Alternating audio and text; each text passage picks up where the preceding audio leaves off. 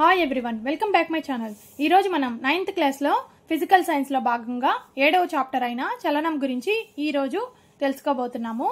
చలనం అంటే కాలానుగుణంగా ఒక వస్తువు యొక్క స్థానం మారినప్పుడు ఆ వస్తువు చలనంలో ఉంది అని అంటాము.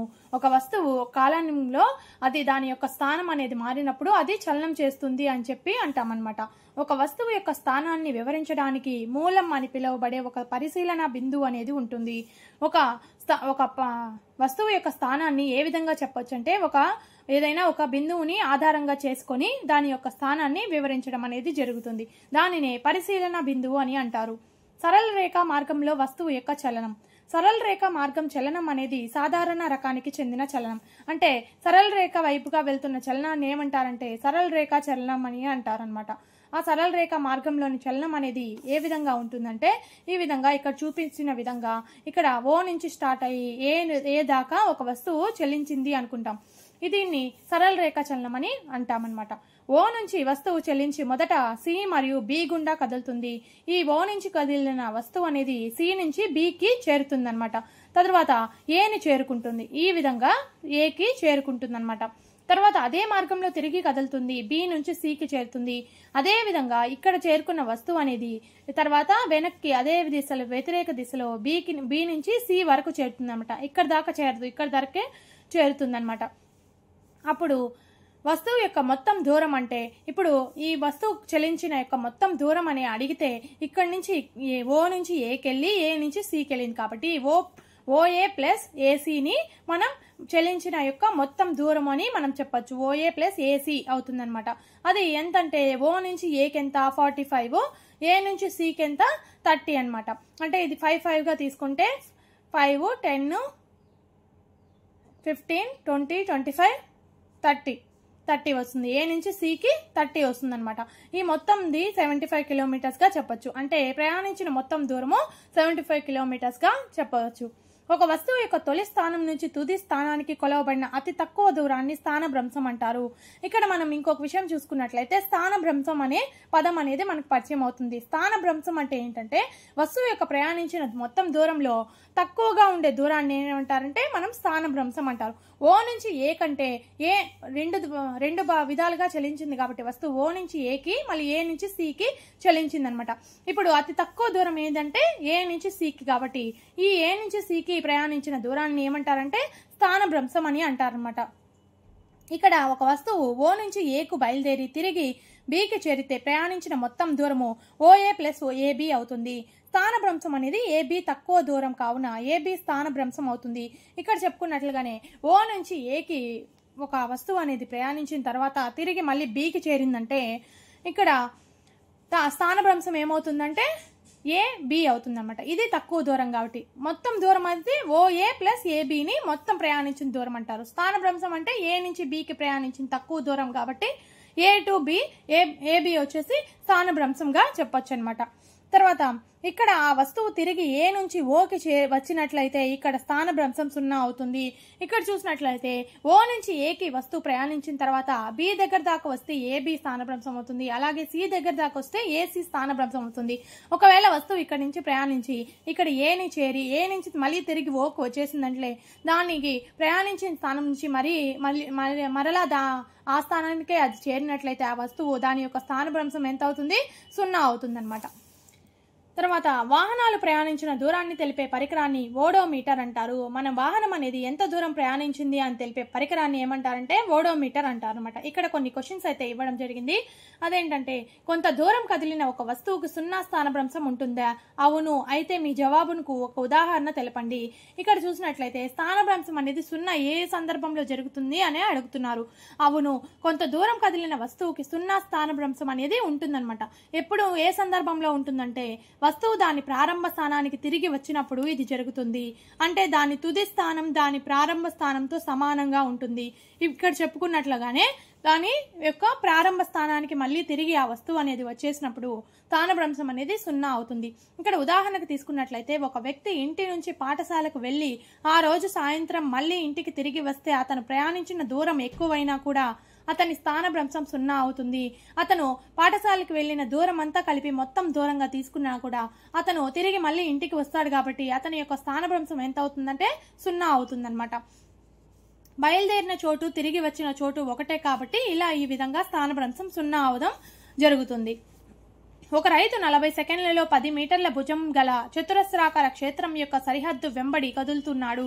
రైతు తన ప్రారంభ స్థానం నుంచి 2 నిమిషాల 20 సెకండ్లలో పూర్తయినప్పటికీ స్థానభ్రంశ పరిమాణం ఎంత?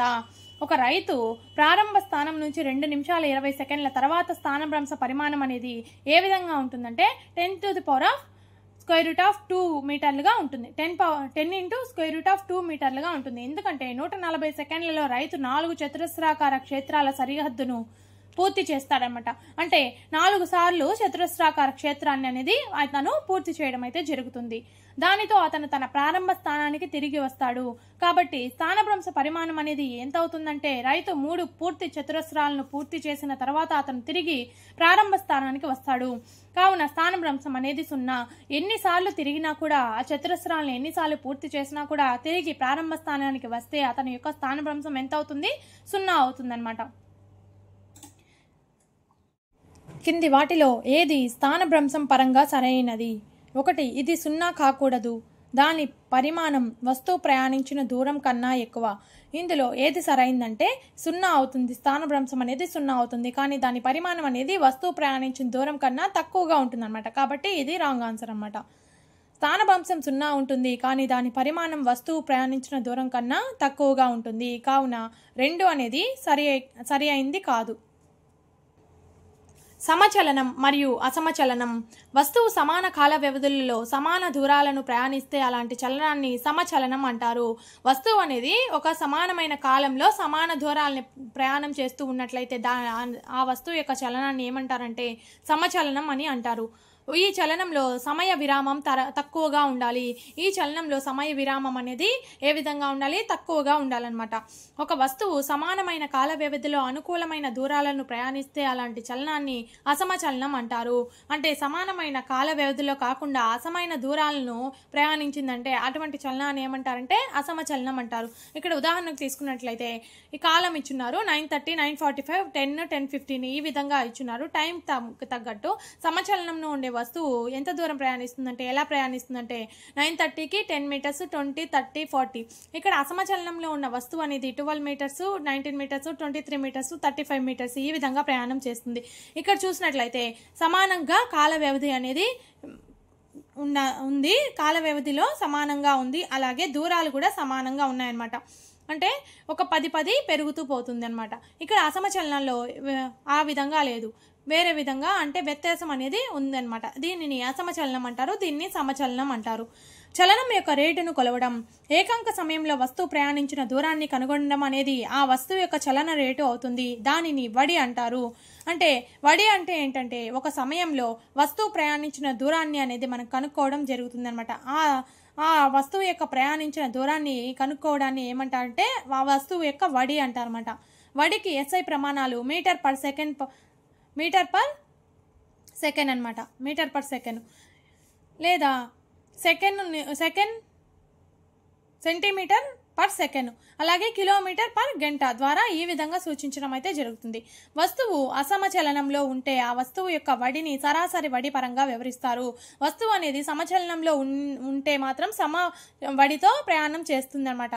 అసమచలనంలో ఉంది అయితే దానిని సరాసరి వడితో మనం వివరించడం జరుగుతుంది. ఆ సరాసరి వడికి సూత్రం ఏంటంటే ప్రయాణించిన మొత్తం దూరము బై మొత్తం కాలము వేసుకున్నట్లయితే సరాసరి వడి అనేది మనం కనుక్కుంటాం అనమాట. వి అంటే సరాసరి వడి, S/T స్పీడ్ బై టైం అనమాట. ఉదాహరణకి ఒక వస్తువు 4 సెకండ్లలో 16 మీటర్లు ప్రయాణిస్తుంది. ఆ పైన 2 సెకండ్లలో 16 మీటర్లు ప్రయాణిస్తే ఆ వస్తువు సగటు వడి ఎంత? ఇక్కడ మనకి ఈ సరాసరి వడి సూత్రం ప్రకారము వస్తువు ప్రయాణించిన మొత్తం దూరం వచ్చేసి 16 + 16 అనమాట. ఎంత? 32 మీటర్స్. తీసుకున్న మొత్తం సమయం వచ్చేసి 4 సెకండ్లు, ఆ తర్వాత 2 సెకండ్లు తీసుకుంది అనమాట. మొత్తం సమయం ఏంటంటే 4 + 2 6 సెకండ్లు తీసుకుంది. సరాసరి వడి మనం కనుక్కున్నట్లయితే మొత్తం ప్రయాణించిన దూరము బై మొత్తం కాలము. మొత్తం ప్రయాణించిన దూరం ఎంత? 32/6 అనమాట. దీనిని క్యాన్సిలేషన్ చేస్తే 5.33 మీటర్ పర్ సెకండ్ అనేది సరాసరి వడి అనేది మనకి వస్తుంది. ఈ క్యాలిక్యులేషన్ అనేది ఇక్కడ ఉంది చూడండి. నిర్దిష్ట దిశలో వడి. ఒక నిర్దిష్టమైన దిశలో కదులుతున్న వస్తువు యొక్క వడిని వేగం అంటారు. ఒక నిర్దిష్టమైన దిశలో ఒకే దిశలో కదులుతున్న వస్తువు యొక్క వడిని ఏమంటారంటే వేగం అంటారు. ఆ వస్తువు యొక్క వేగం ఏకరీతి ఉండవచ్చు లేదా మారవచ్చు. ఆ వేగం అనేది ఒకే విధంగా వేగం అనేది ఉండదన్నమాట. అది ఏకరీతిగా అన్నా ఉండొచ్చు లేదా మారుతూ అన్నా ఉండొచ్చు. ఒక వస్తువు అసమవడితో సరళ రేఖ వెంబడి కదులుతూ ఉంటే దాని చలన రేటు యొక్క పరిమాణాన్ని సరాసరి వేగం పరంగా మనం వ్యక్తీకరించవచ్చు. ఈ విధంగా అసమవడితో అంటే సమవడితో కాకుండా అసమవడితో సరళ రేఖ వెంబడి కదులుతున్న వస్తువు యొక్క చలన రేటు యొక్క పరిమాణాన్ని మనం ఏ విధంగా లెక్కించవచ్చు అంటే సరాసరి వేగం ద్వారా మనం లెక్కించవచ్చు. వస్తువు సమచలనంలో ఉన్నప్పుడు ఒక నిర్దిష్ట కాలానికి సరాసరి వేగంను దాని తొలి వేగం తుది వేగం యొక్క అంకగణిత సగటు ద్వారా పొందవచ్చు. అది కానీ సమవేగంలో వెళ్తున్నట్లయితే దాని తుది వేగము తొలి వేగం ఆధారంగా సగటు ద్వారా పొందవచ్చు అనమాట. ఈ సరాసరి వేగానికి సూత్రం ఏంటంటే తొలి వేగము ప్లస్ తుది వేగము బై 2గా మనం చెప్పొచ్చు అనమాట. అంటే తొలి వేగం ప్రయాణించిన స్టార్టింగ్ వేగము అలాగే తుది వేగము ని 2 యాడ్ చేసి బై 2 చేస్తే ఆ వాల్యూ అనేది మనకు వస్తుంది. వడి వేగం ఒకే ప్రమాణాలను కలిగి ఉంటాయి. అంటే వేగం ప్రమాణాలు కూడా మీటర్ పర్ సెకండ్ గానే ఉంటుంది. వడి యొక్క ప్రమాణాలు కూడా మీటర్ పర్ సెకండ్ అనమాట. ఇక్కడ కొన్ని క్వశ్చన్స్ అయితే ఇచ్చున్నారు. వడి మరియు వేగం మధ్య తేడా. వడి అనేది కేవలం వేగం మాత్రమే కలిగి ఉంటుంది. వడి అనేది ఏం కలిగి ఉంటుందంటే వేగాన్ని మాత్రమే కలిగి ఉంటుందన్నమాట. అయితే వేగము పరిమాణం మరియు దిశ రెండింటినీ కలిగి ఉంటుంది. వడి అంటే మొత్తం వేగాన్ని ఒక్కటే కలిగి ఉంటుంది అనమాట. ఆ వస్తువు ప్రయాణించిన దూరాన్ని అంటే వేగాన్ని ఏమంటారంటే వడి అంటారు. ఆ వేగం అనేది ఏం కలిగి ఉంటుంది? పరిమాణం అలాగే దిశ, ఏ దిశలో వెళ్తుంది అనే రెండింటినీ కలిగి ఉంటుంది అనమాట వేగము. వడి మొత్తం దూరాన్ని కాలంతో భాగించి లెక్కిస్తారు. వేగాన్ని మొత్తం స్థానభ్రంశాన్ని కాలంతో భాగించి లెక్కిస్తారు. ఇక రెండో క్వశ్చన్, ఏ పరిస్థితిలో ఒక వస్తువు యొక్క సరాసరి వడి యొక్క పరిమాణం దాని సరాసరి వేగానికి సమానంగా ఉంటుంది? ఏ పరిస్థితిలో వస్తువు యొక్క వడి అలాగే సరాసరి వేగం అనేది సమానంగా ఉంటుంది అని అంటే ఒక వస్తువు సరళ రేఖలో ఒకే దిశలో కదులుతున్నప్పుడు దాని సరాసరి వడి యొక్క పరిమాణము దాని సరాసరి వేగం యొక్క ప్రమాణానికి సమానంగా ఉంటుంది. అంటే ఒక సరళ రేఖ వైపుగా వస్తువు అనేది ప్రయాణం చేస్తున్నట్లయితే దాని యొక్క సరాసరి వేగము అలాగే సరాసరి వడి అనేది సమానంగా ఉండడం జరుగుతుంది. ఒక వస్తువు సమచలనంలో ఉన్నప్పుడు దాని మార్గం ఎలా ఉంటుంది? ఒక వస్తువు సమచలనంలో వెళ్తూ ఉంది అంటే దాని యొక్క మార్గం ఏ విధంగా ఉంటుంది? సరళ రేఖగా ఉంటుందన్నమాట. వాహనం యొక్క ఓడోమీటర్ దేనిని కొలుస్తుంది? వాహనం యొక్క ఓడోమీటరు వాహనాల్ని యొక్క దూరాన్ని కొలవడానికి ఉపయోగిస్తారన్నమాట. ప్రయాణించిన మొత్తం దూరాన్ని కొలవడానికి ఉపయోగించేదే ఓడోమీటర్. ఒక ప్రయోగ సమయంలో ఒక స్పేస్ షిప్ నుంచి సిగ్నల్ 5 నిమిషాలలో గ్రౌండ్ స్టేషన్కు చేరుతుంది. గ్రౌండ్ స్టేషన్ నుండి స్పేస్ షిప్ దూరం ఎంత? సిగ్నల్ కాంతి వేగంతో ప్రయాణిస్తుంది. కాంతి వేగం ఎంతంటే 3 × 10⁸ మీటర్ పర్ సెకండ్గా మనం తీసుకోవచ్చు. ఇక్కడ సమయం అనేది ఎంత ఇచ్చున్నారంటే 5 నిమిషాలు ఇచ్చున్నారు. 5 నిమిషాలకి గ్రౌండ్ స్టేషన్కి చేరుతుందనమాట. అంటే 5 నిమిషాలని సెకండ్లలో మార్చుకుంటే నిమిషానికి 60 సెకండ్లు కాబట్టి 5 × 60 చేసామంటే 300 సెకండ్స్ అనేది మనకు వస్తుంది. వేగం అనేది వీళ్ళు ఇచ్చేస్తున్నారు. కాంతి వేగంతో మనకి సమానంగా తీసుకోమన్నారు కాబట్టి 3 × 10⁸ మీటర్ పర్ సెకండ్గా మనం ఇక్కడ తీసుకోవచ్చు. అది దూరం కనుక్కోవాలంటే మనము ఎంత దూరం ప్రయాణించింది అంటే వేగము ఇంటూ సమయము, అంటే ఎంత వేగంగా ప్రయాణించింది అలాగే ఎంత సమయంలో ప్రయాణించింది ఆ రెండింటిని ఇంటూ చేసినట్లయితే మనకి ఆన్సర్ అనేది వస్తుంది. వేగం అనేది 3 × 10⁸ ఇంటూ 300 సెకండ్లు కాబట్టి 300. దీన్ని క్యాలిక్యులేషన్ చేస్తే 900 × 10⁸ వస్తుంది. దీన్ని 9 × 10⁻10 మీటర్లు కూడా రాసుకోవచ్చు అనమాట. అంటే ఈ స్పేస్ షిప్ అనేది ఎంత దూరం ప్రయాణించిందంటే 9 × 10⁻10 మీటర్ల దాకా ప్రయాణం చేసిందనమాట. ఒక కారు తన ప్రయాణ కాలం 8 గంటల్లో ఓడోమీటర్ ప్రయాణ ప్రారంభంలో 2000 కిలోమీటర్ల ప్రయాణం చివరి వరకు 2400 కిలోమీటర్లు చూపిస్తే కారు సరాసరి వడి కిలోమీటర్ పర్ గంట మరియు మీటర్ సెకండ్ -1లలో లెక్కించండి. దీనిని చూసినట్లయితే కారు ప్రయాణించిన దూరం అనేది మనకి ఏ విధంగా ఇచ్చున్నారంటే తొలి వేగం అలాగే తుది వేగం ఇచ్చున్నారు.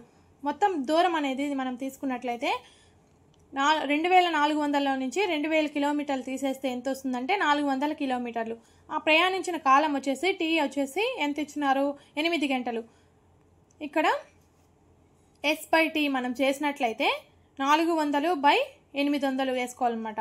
అది 50 కిలోమీటర్లు గంటలు పర్ గంట వస్తుంది. ఈ కిలోమీటర్ గంటని మీటర్ పర్ సెకండ్లలో మనం మార్చమన్నారు. కాబట్టి 50 కిలోమీటర్ పర్ గంట ఇంటూ 1000 మీటర్లు బై 1 కిలోమీటరు ఇంటూ 1 గంట బై 3600 సెకండ్లు అనమాట. ఇది క్యాలిక్యులేషన్ చేస్తే మనకి ఎంత వస్తుందంటే 13.9 మీటర్ పర్ సెకండ్గా మనకు వస్తుంది. కారు సరాసరి వేగం అనేది మనకి ఎంత వస్తుందంటే 50 కిలోమీటర్ పర్ గంట అనేది 13.9 మీటర్ పర్ సెకండ్గా మనకి రావడం జరుగుతుంది. ఇక్కడ రెండో క్వశ్చన్ వచ్చేసి ఉషా 90 మీటర్ల పొడవైన కొలనులు ఈదుతూ ఉంది. ఆమె 1 నిమిషంలో 180 మీటర్లు ఈదుకుంటూ ఒక చివరి నుంచి మరొక చివరికి మరియు తిరిగి అదే సరళరేఖ మార్గంలో వెనక్కి ప్రయాణించింది. ఉషా సరాసరి వేగాన్ని కనుక్కోండి. ఇక్కడ ఉషా 1 నిమిషం పూర్తి చేసిన దూరం ఎంతంటే 180 మీటర్లు. 1 నిమిషంలో ఉషా యొక్క స్థానభ్రంశం ఎంతంటే, మళ్ళీ తిరిగి అదే స్థానానికి వచ్చింది కాబట్టి స్థానభ్రంశం ఎంత తీసుకోవాలంటే 0 మీటర్లుగా తీసుకోవాలి. ఇక్కడ సరాసరి వడి అంటే మొత్తం దూరము బై మొత్తం కాలం కాబట్టి 180/1 నిమిషం వేసుకోవాలన్నమాట. అంటే దీనిని 180/1 నిమిషము ఇంటూ 1 నిమిషంకి ఎన్ని సెకండ్లు అంటే 60 సెకండ్లు. 180 ఇంటూ 1/60 అనమాట. ఇది 3 మీటర్ పర్ సెకండ్గా మనకి వస్తుంది. సరాసరి వడి అనేది ఎంత వస్తుందంటే 3 మీటర్ పర్ సెకండ్గా వస్తుంది. సరాసరి వేగము స్థానభ్రంశం బై కాలము. స్థానభ్రంశం మనకి 0గా వచ్చింది కాబట్టి 0/60 సెకండ్లు. ఇక్కడ స్థానభ్రంశం 0/60 కాబట్టి సరాసరి వేగం వచ్చేసి 0 మీటర్ పర్ సెకండ్గా మనకి వస్తుందన్నమాట. ఉషా యొక్క సరాసరి వడి 3 మీటర్ పర్ సెకండ్, అలాగే ఆమె సరాసరి వేగం వచ్చేసి 0 మీటర్ పర్ సెకండ్గా ఇక్కడ వస్తుందన్నమాట. వేగం యొక్క మార్పు రేటు. ఒక వస్తువు సరళరేఖ మార్గంలో సమచలనంలో ఉంటే వేగం కాలంతో పాటు స్థిరంగా ఉంటుంది. వేగం అనేది కాలంతో పాటు స్థిరంగా ఎప్పుడు ఉంటుందంటే ఒక వస్తువు సరళరేఖ మార్గంలో సమచలనంలో ఉన్నట్లయితే వేగము కాలంతో పాటు స్థిరంగా అనేది ఉండడం జరుగుతుంది. ఆ విధంగా కాకుండా అసమచలనంలో ఉన్నట్లయితే కాలం వేగంతో అనేది విభేదిస్తుంది అనమాట. ఏకాంక కాలంలో ఒక వస్తువు వేగంలో మార్పుని త్వరణం అని అంటారు. ఇక్కడ త్వరణం అంటే ఏంటంటే ఒక కాలంలో ఒక వస్తువు యొక్క వేగంలో మార్పుని ఏమంటారంటే త్వరణం అంటారు. ఆ వస్తువు యొక్క వేగంలో మార్పు కానీ జరిగినట్లయితే దానిని ఏమంటారంటే త్వరణం అంటారు. ఆ త్వరణాన్ని ఏ విధంగా లెక్కిస్తామంటే వేగంలో మార్పు బై కాలం ద్వారా లెక్కించడం జరుగుతుంది. ఈ వేగంలో మార్పు ఏ విధంగా తెలుసుకుంటామంటే v-u/t. v అంటే తుది వేగము, u అంటే తొలి వేగము బై కాలము. ఈ విధంగా త్వరణాన్ని అయితే మనం లెక్కించడం జరుగుతుంది. ఈ రకమైన చలనాన్ని త్వరణ చలనం అంటారు. ఒక వస్తువు చలించడంలో త్వరణం అనేది కలిగినట్లయితే ఆ చలనాన్ని ఏమంటారంటే త్వరణ చలనము అని అంటామన్నమాట. త్వరణం వేగం యొక్క దిశలో ఉంటే ధనాత్మకంగాను, వ్యతిరేక దిశలో ఉంటే రుణాత్మకంగాను పరిగణించబడుతుంది. ఆ త్వరణం వేగం అనేది వ్యతిరేక దిశలో ఉన్నట్లయితే రుణాత్మకంగా, అదే దిశలో ఉన్నట్లయితే ధనాత్మకంగా తీసుకోవడం అయితే జరుగుతుంది. త్వరణానికి SI ప్రమాణాలు మీటర్ పర్ సెకండ్ స్క్వేర్. ఒక వస్తువు సరళ రేఖలో ప్రయాణిస్తే మరియు దాని వేగం సమాన కాల వ్యవధిలో సమాన పరిమాణంతో పెరిగినట్లయితే లేదా తగ్గినట్లయితే అప్పుడు ఆ వస్తువు యొక్క త్వరణం సమత్వరణంగా చెప్పవచ్చు. ఒక వస్తువు సరళ రేఖ వైపుగా ప్రయాణం చేస్తున్నట్లయితే దానిలో వేగం అనేది సమాన కాలంలో సమాన పరిమాణంలో అనేది పెరిగినా తగ్గినా కూడా దాన్ని ఏమంటారంటే సమత్వరణంగా మనం చెప్పొచ్చు. దీనికి ఉదాహరణగా స్వేచ్ఛాపతన వస్తువుగా తీసుకోవచ్చు. సమత్వరణంలో ఉండేది ఏంటంటే స్వేచ్ఛాపతన వస్తువు. ఒక వస్తువు యొక్క వేగం అసమానంగా ఉంటే అది అసమత్వరణంతో ప్రయాణించగలదు. సమాన కాల వ్యవధుల్లో అసమాన దూరం ఉన్న దాని త్వరణం అసమత్వరణంగా చెప్పబడుతుంది. దాని కాల వ్యవధుల్లో అసమ దూరం అనేది ఉన్నట్లయితే దాన్ని త్వరణాన్ని ఏమంటారంటే అసమత్వరణం అని పిలవడం జరుగుతుంది. దీనికి ఉదాహరణగా ఒక కారు సరళ రేఖ మార్గంలో ప్రయాణిస్తున్నప్పుడు సమాన కాల వ్యవధుల్లో దాని వేగాన్ని అసమ పరిమాణంలో పెంచిన దానికి ఉండే త్వరణాన్ని ఏమంటారంటే అసమత్వరణం అంటారు. ఒక కారు సరళ రేఖ మార్గంలో ప్రయాణిస్తూ దాన్ని బ్రేకులు వేసి ఆపుతూ పెంచుతూ వేగాన్ని చేసినట్లయితే ఆ త్వరణాన్ని ఏమంటారంటే అసమత్వరణం అని అంటారన్నమాట. త్వరణం చలన దిశలో ఉంటే ఒక కారు వేగవంతం అవుతుంది. త్వరణం వ్యతిరేక దిశలో ఉంటే ఒక కారు బ్రేకు వేసి వేగం తగ్గించిన పైకి విసిరిన బంతి. దీనికి ఉదాహరణలు ఏంటంటే చలన దిశలోనే ఉన్నట్లయితే అది వేగం అనేది పెరుగుతుందనమాట. వ్యతిరేక దిశలో ఉన్నట్లయితే బ్రేక్ వేసి ఆపి తగ్గుతుందనమాట, వేగం అనేది తగ్గుతుంది. తర్వాత ఉదాహరణకి రాహుల్ తన సైకిల్ను నిశ్చల స్థితి నుంచి ప్రారంభించి తొక్కుతూ 30 సెకండ్లలో 6 మీటర్ల పర్ సెకండ్ వేగం చేరాడు. బ్రేకులు వేయడం ద్వారా తర్వాత 5 సెకండ్లలో దాని వేగాన్ని 4 మీటర్ పర్ సెకండ్కి తగ్గింది. ఈ రెండు సందర్భంలో సైకిల్ పొందిన త్వరణాలను లెక్కించండి. అంటే ఈ రెండు సందర్భాల్లో సైకిల్ ఎలాంటి త్వరణాన్ని పొందిందో ఇక్కడ లెక్కించామన్నమాట. మొదటి సందర్భంలో తొలి వేగం 0గా ఉంటుంది, తుది వేగము 6 మీటర్ పర్ సెకండ్గా ఉంటుంది. ఇక్కడ కాలం వచ్చేసి 30 సెకండ్లు. అందులో త్వరణం ఏంటంటే తుది వేగము మైనస్ తొలి వేగము బై కాలము. 6 - 0 / 30 వేసుకున్నామంటే 0.2 మీటర్ పర్ సెకండ్గా వస్తుందన్నమాట. ఇది మొదటి సందర్భంలో. రెండవ సందర్భంలో తొలి వేగం వచ్చేసి 6 మీటర్ పర్ సెకండ్ నుంచి తుది వేగము 4 మీటర్ పర్ సెకండ్, కాలము t 5 సెకండ్లు వేసుకున్నట్లయితే త్వరణము v - u/t వస్తుందన్నమాట. v వచ్చేసి 4 - 6/5 -0.4 మీటర్ పర్ సెకండ్గా వస్తుంది. ఇది రుణాత్మకంగా వస్తుందన్నమాట. అంటే ఈ త్వరణం అనేది వ్యతిరేక దిశలో ఉన్నట్లు మనం చెప్పొచ్చు. మొదట సైకిల్ త్వరణం వచ్చేసి 0.2 మీటర్ పర్ సెకండ్ స్క్వేర్, రెండవ సందర్భంలో త్వరణం -0.4 మీటర్ పర్ సెకండ్ స్క్వేర్గా ఉంటుందన్నమాట. ఇక్కడ కొన్ని క్వశ్చన్స్ అయితే ఇచ్చారు. ఒక వస్తువు సమత్వరణంలో ఉందని ఎలా చెప్తారు, అసమత్వరణంలో ఉందని ఎప్పుడు చెప్తారు అంటే, ఒక వస్తువు సమత్వరణంలో ఉందని దాని వేగం సమాన దిశలో సమానంగా మారినప్పుడు చెప్తారు. కానీ దాని దిశ మారినప్పుడు మాత్రమే అసమత్వరణంలో ఉందని, దాని వేగం లేదా దిశ లేదా రెండూ మారినప్పుడు చెప్తారు. దాని వేగము అలాగే దిశ అనేది రెండు మారినప్పుడు మాత్రం అసమత్వరణంలో ఉందనే చెప్తాము. కానీ ఒక వస్తువు సమత్వరణంలో ఉందని ఎప్పుడు చెప్తామంటే, సమాన వేగంలో సమానంగా మారినప్పుడు అది సమత్వరణంలో ఉందని చెప్తామన్నమాట. ఒక బస్సు తన వేగాన్ని 5 సెకండ్లలో 80 కిలోమీటర్ పర్ గంట నుంచి 60 కిలోమీటర్ల పర్ గంటకి తగ్గింది. దాని త్వరణం కనుక్కోండి. అంటే ఇక్కడ 5 సెకండ్లలో ఎంత నుంచి 80 నుంచి 60కి తగ్గిందనమాట. వేగాన్ని కిలోమీటర్ల నుంచి మీటర్లకు మార్చుకోవాలి ఫస్ట్. ఇక్కడ తొలి వేగం ఎంత ఇచ్చారు, 80 కిలోమీటర్లు పర్ గంట, 60 కిలోమీటర్లు పర్ గంట తుది వేగం ఇచ్చారు. కాలం వచ్చేసి 5 సెకండ్లుగా ఇవ్వడం జరిగింది. ఈ 80 కిలోమీటర్ల పర్ గంటని మనము మీటర్ పర్ సెకండ్లలో మార్చుకున్నట్లయితే 80 × 1000/3600 సెకండ్లు. దాన్ని క్యాలిక్యులేషన్ చేసినట్లయితే 22.22 మీటర్ పర్ సెకండ్గా వస్తుందన్నమాట. తర్వాత 60 కిలోమీటర్ గంటను కూడా ఈ విధంగా మీటర్ పర్ సెకండ్లో మార్చుకుంటే 16.67 మీటర్ పర్ సెకండ్గా వస్తుంది. దాని త్వరణం ఇప్పుడు కనుక్కున్నట్లయితే v - u/t సూత్రం ప్రకారం 16.67 - 22.22/5గా వేసుకున్నట్లయితే -5.55/5గా వస్తుంది. దీన్ని క్యాలిక్యులేషన్ చేస్తే -1.11 మీటర్ పర్ సెకండ్గా వస్తుంది. అంటే వేగం తగ్గుతుందని. ఇది బ్రేకులు వేసినప్పుడు జరుగుతుంది. అంటే మైనస్ వచ్చింది కాబట్టి వేగం అనేది మనకి ఇక్కడ తగ్గుతుంది అనమాట. రైల్వే స్టేషన్ నుంచి బయలుదేరి సమత్వరణంతో కదులుతున్న రైలు 10 నిమిషాల్లో గంటకు 40 కిలోమీటర్ల పర్ గంట వేగాన్ని అందుకున్న దాని యొక్క త్వరణం ఎంత? ఇక్కడ తీసుకున్నట్లయితే తొలి వేగం అనేది ఒక బండి బయలుదేరేటప్పుడు 0గా ఉంటుంది. తుది వేగం v వచ్చేసి 40 కిలోమీటర్ పర్ గంట అనేది ఇచ్చున్నారు. దాని యొక్క కాలము 10 నిమిషాలు. దీని ద్వారా మనము త్వరణాన్ని కనుక్కోవాలన్నమాట. v వచ్చేసి 40 కిలోమీటర్ గంట ఇచ్చున్నారు కాబట్టి దీన్ని మీటర్ పర్ సెకండ్లో మార్చుకుంటే ఎంత వస్తుందంటే 100/9 వస్తుందన్నమాట. కాలం వచ్చేసి కాలము నిమిషాల్లో ఇచ్చున్నారు. దీన్ని సెకండ్స్లో మార్చుకుంటే 10 × 60 = 600 వస్తుందన్నమాట. త్వరణం a = v - u/t. v ఎంత 100/9 అనమాట. మైనస్ u వచ్చేసి 0 కాబట్టి 0/t వచ్చేసి 600 సెకండ్లు కాబట్టి 600. దీన్ని క్యాలిక్యులేషన్ చేసుకున్నట్లయితే 1/54 మీటర్ పర్ సెకండ్ స్క్వేర్ వస్తుంది. ఇది సుమారుగా ఎంత ఉంటుందంటే 0.0185 సుమారుగా ఉంటుందన్నమాట. దీని త్వరణం ఎంతంటే 1/54 మీటర్ పర్ సెకండ్గా ఉంటుందన్నమాట. తర్వాత దూరం కాలం గ్రాఫ్లు. ఈ దూరం కాలం గ్రాఫుల ద్వారా కూడా మనం ఆ వస్తువు యొక్క చలనాన్ని అనేది మనం గుర్తించడం జరుగుతుంది. కాలంతో పాటుగా ఒక వస్తువు యొక్క స్థానంలో మార్పు దూరం కాలం గ్రాఫుల్లో సూచించబడుతుంది. కాలంతో పాటు ఆ వస్తువు స్థానం అనేది ఎక్కడ ఉంది అని మనం సూచించడానికి దూరం కాలం గ్రాఫ్ అనేది సూచించడం జరుగుతుంది. ఈ గ్రాఫ్లో కాలం అనేది x అక్షం పైన, దూరం అనేది y అక్షం పైన తీసుకోవడం జరుగుతుందన్నమాట.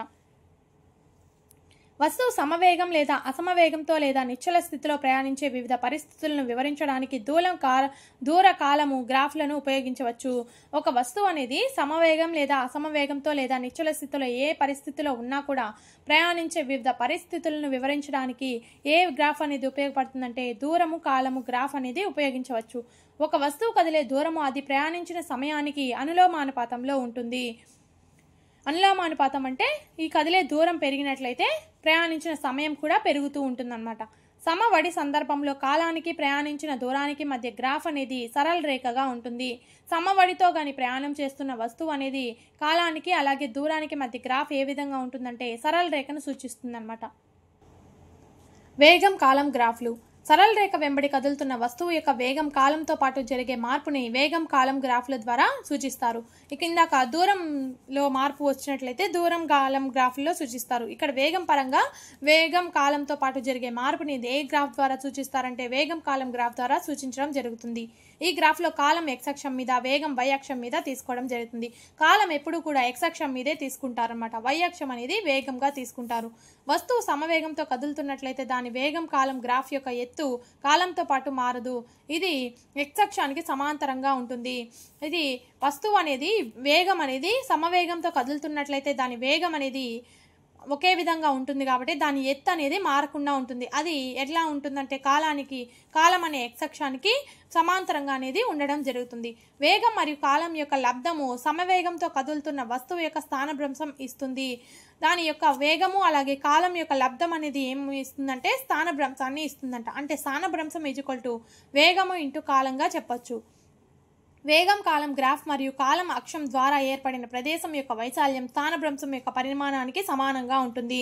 ఈ వేగం కాలం గ్రాఫ్ అనేది గీసిన తర్వాత ఆ కాలం అక్షం ద్వారా ఏర్పడిన ఒక ప్రదేశం యొక్క వైశాల్యం అనేది స్థానభ్రంశం యొక్క పరిమాణానికి సమానంగా ఉండడం జరుగుతుంది. ఒక వాహనం యొక్క వేగాన్ని కొలిచే పరికరాన్ని స్పీడోమీటర్ అంటారు. ఒక వాహనంలో వేగాన్ని కొలిచే పరికరాన్ని ఏమంటారంటే స్పీడోమీటర్ అంటారన్నమాట. అన్ని సమత్వరణ చలనాలకు వేగం కాలం గ్రాఫ్ అనేది సరళ రేఖగా ఉంటుంది. సమత్వరణంలో చలనం అనేది ఉన్నట్లయితే వేగం కాలం గ్రాఫ్ ఏ విధంగా ఉంటుంది? సరళ రేఖగా ఉంటుంది. ఇక్కడ కొన్ని క్వశ్చన్స్ ఇచ్చున్నారు. ఒక వస్తువు యొక్క సమచలనం మరియు అసమచలనంకు సూచించే దూరం కాలం గ్రాఫ్లను యొక్క స్వభావం తెలపండి. ఈ దూరం కాలం గ్రాఫ్ అనేది సమచలనంలో ఉన్నప్పుడు వస్తువు సరళ రేఖగా ఉంటుంది, అసమచలనంలో ఉన్నప్పుడు వక్రరేఖగా ఉంటుంది. అంటే దాని యొక్క వేగం అనేది స్థిరంగా ఉండదు కాబట్టి వక్రరేఖ అనేది రావడం జరుగుతుంది. దూరం కాలం గ్రాఫ్లలో ఒక వస్తువు యొక్క చలనం కాలం అక్షానికి సమాంతరంగా సరళ రేఖలా ఉంటే వస్తువు యొక్క చలనం ఏమిటి? దూరం కాలం గ్రాఫ్లలో కాలం అక్షానికి సమాంతరంగా ఉన్నట్లయితే ఒక సరళ రేఖ ఉంటే ఆ వస్తువు నిశ్చలంగా ఉంది అర్థం. అంటే ఒక సరళ రేఖ అనేది ఉన్నట్లయితే x అక్షానికి సమాంతరంగా సరళ రేఖ ఉన్నట్లయితే ఆ వస్తువు అనేది ఏ విధంగా ఉంది అంటే నిశ్చలంగా ఉంది అని దానికి అర్థం అన్నమాట.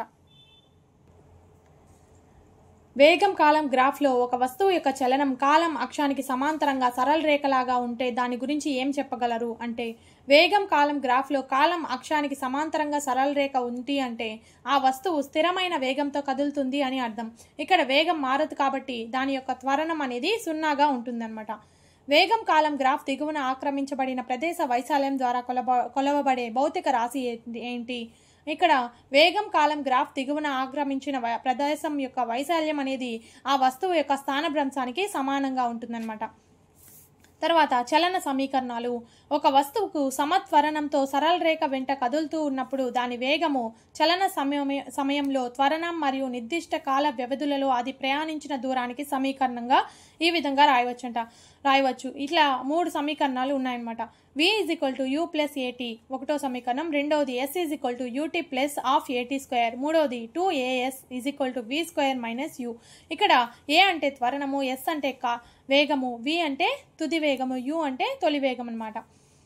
ఉదాహరణకి నిశ్చల స్థితిలో నుంచి బయలుదేరిన రైలు 5 నిమిషాలలో 72 km/గంట వేగాన్ని అందుకుంది. త్వరణం ఏకరీతిగా ఉందని భావించి త్వరణం మరియు దీనిని సాధించడానికి రైలు ప్రయాణించిన దూరాన్ని కనుగొనండి. ఇక్కడ దాని యొక్క తొలి వేగం ఎంతంటే 0గా ఉంటుంది. v అంటే తుది వేగము 72 కిలోమీటర్ పర్ గంట. దీనిని మీటర్ పర్ సెకండ్గా మార్చుకుంటే 20 మీటర్ పర్ సెకండ్గా వస్తుందన్నమాట. దాని యొక్క కాలం వచ్చేసి 5 నిమిషాలు. దీనిని నిమిషాల్లో నుంచి సెకండ్లలోకి మార్చుకుంటే 300 సెకండ్లుగా వస్తుంది.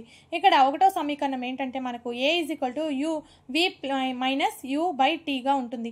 ఏ అంటే త్వరణాన్ని మనం కనుక్కోవాలి.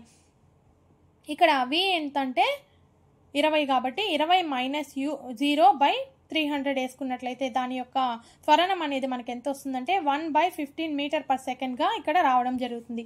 అలాగే దాని యొక్క ఆ రైలు యొక్క ప్రయాణించిన మొత్తం దూరం కనుక్కోవాలంటే దాని యొక్క సమీకరణం 3 నుంచి రావడం జరుగుతుంది. 2as = v² - u².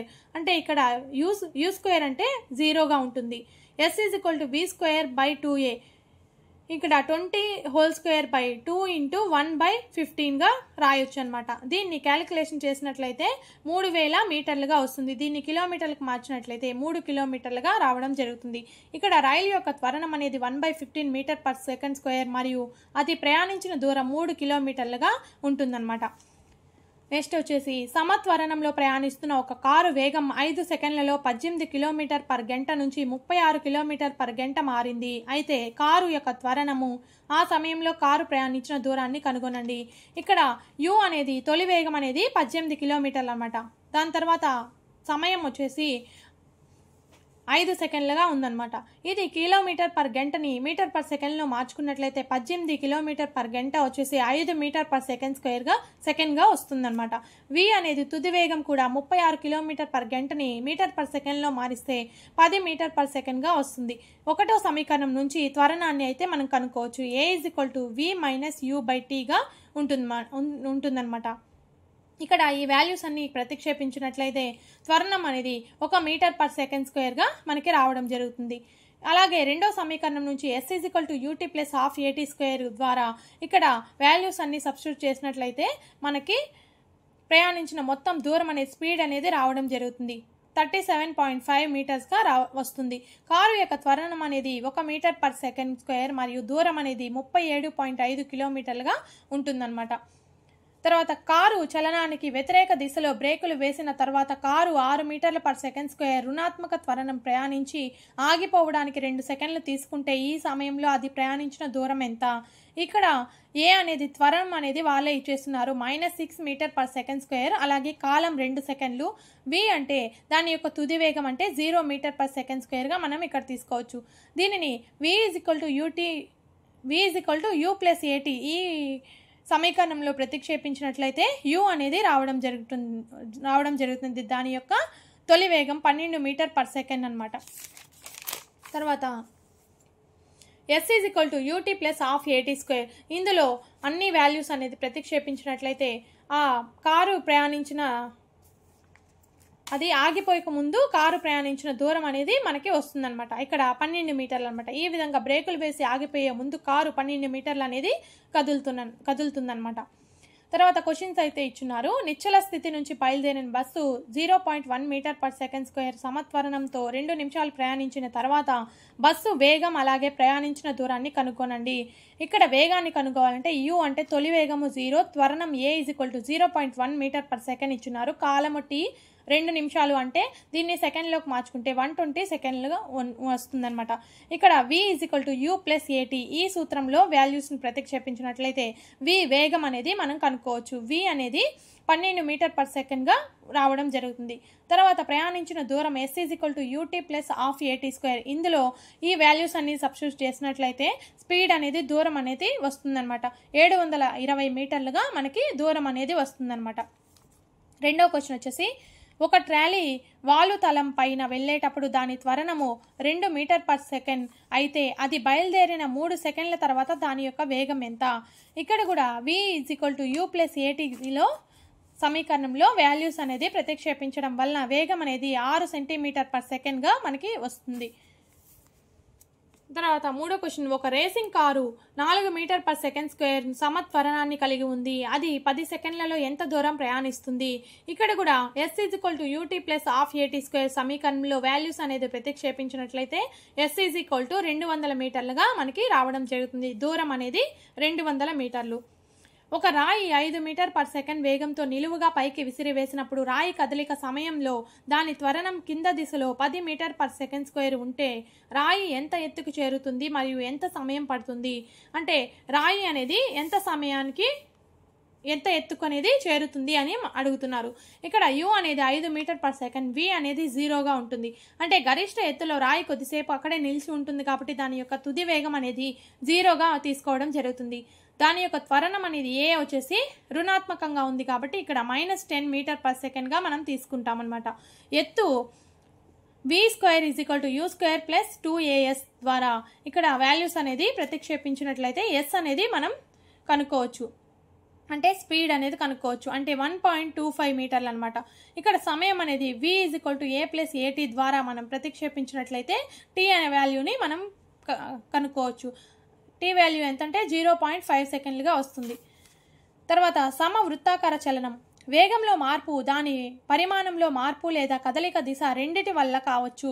ఒక వేగంలో మార్పు అనేది దాని పరిమాణంలో మార్పు లేదా దాని కదలికలో దిశలో కూడా రెండిటి వల్ల కావచ్చు అనమాట. ఇక్కడ ఇది దీర్ఘవృత్తాకార మార్గం, ఇది షట్కోణాకృతి మార్గంగా మనం ఉదాహరణ ఇచ్చున్నారు. తర్వాత ఆర్ వ్యాసార్థం కలిగిన వృత్తం చుట్టుకొలత 2πr కాబట్టి దాని యొక్క వడి ఏమవుతుందంటే మనకి వి అనేది ఆ వస్తువు వృత్తాకార మార్గంలో ప్రయాణించినట్లయితే దాని యొక్క వడి ఎంత అవుతుందంటే 2πr/tగా చెప్పొచ్చు అనమాట. అలాగే ఒక వస్తువు ఏకరీతి వడితో వృత్తాకార మార్గంలో కదిలినప్పుడు ఆ చలనాన్ని సమవృత్తాకార చలనం అని అంటారు. ఒక వస్తువు అనేది ఏకరీతి వడితో సమానమైన వడితో వృత్తాకార మార్గంలో కదులుతూ ఉందంటే ఆ చలనాన్ని ఏమంటారంటే సమవృత్తాకార చలనం అని అంటామన్నమాట. ఇంతటితో ఈ చాప్టర్ అయితే కంప్లీట్ అయిపోయింది. తర్వాత చాప్టర్ 8th చాప్టర్ మనం నెక్స్ట్ వీడియో ద్వారా తెలుసుకుందాం. నా వీడియో కనుక మీకు నచ్చినట్లయితే లైక్ చేసి అలాగే షేర్ చేయండి. నా ఛానల్ని సబ్స్క్రైబ్ చేసుకోండి. Thank you for watching.